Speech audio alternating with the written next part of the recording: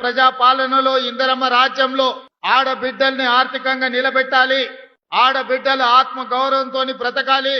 ఆడబిడ్డలు చదువుకోవాలి, ఆడబిడ్డలు ప్రభుత్వ ఉద్యోగాలలో రాణించాలి,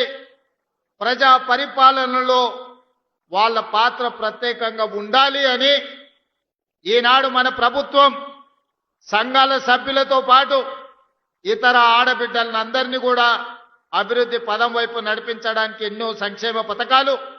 అభివృద్ధి కార్యక్రమాలను తీసుకోవడం జరిగింది. ఈనాడు మీకు అందరికీ తెలుసు,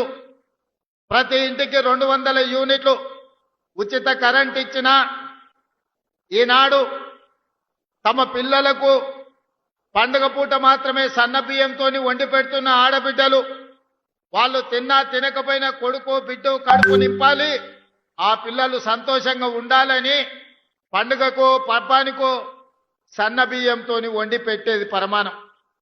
కానీ ఈనాడు మన ప్రభుత్వం 3,10,00,000 మంది తెలంగాణ ప్రజలకు సన్న బియ్యాన్ని అందించడం ద్వారా ప్రతిరోజు పండుగ చేసుకోవచ్చు, ప్రతి కుటుంబం కళ్ళల్లో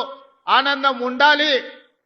మీ తల్లుల కళ్ళల్లో వెలుగులు చూడాలి అని ఈనాడు సన్న బియ్యం కార్యక్రమాన్ని మనం చేపట్టినాం.